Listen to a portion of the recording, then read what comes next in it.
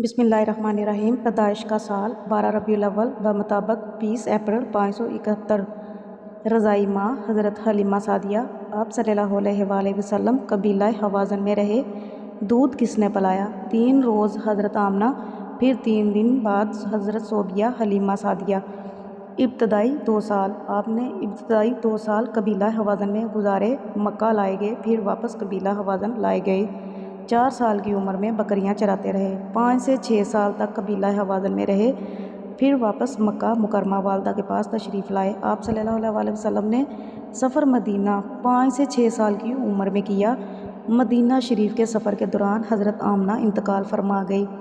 हज़रत अब्दुल मुत्तलिब की वफ़ात पर हज़ूर सल्लल्लाहु अलैहि वसल्लम की उम्र 8 साल थी। आप सल्लल्लाहु अलैहि वसल्लम 8 साल की उम्र में हज़रत अबू तालिब की कुफ़ालत में रहे। हज़ूर सल्लल्लाहु अलैहि वसल्लम बचपन में भी और जवान होने के बाद भी अरब के दस्तूर के मुताबिक जंगल में बकरियां चराते और रात को अपने चचा के घर में आकर सो जाते थे। बचपन और जवानी के ज़माने में ही रसूलुल्लाह सल्लल्लाहु अलैहि वसल्लम को सच्चाई और रास्तगोई की वजह से अहल मक्का अल अमीन यानी अमानतदार आदमी कहकर पुकारते थे। आपका लक़ब अल सदीक़ भी था।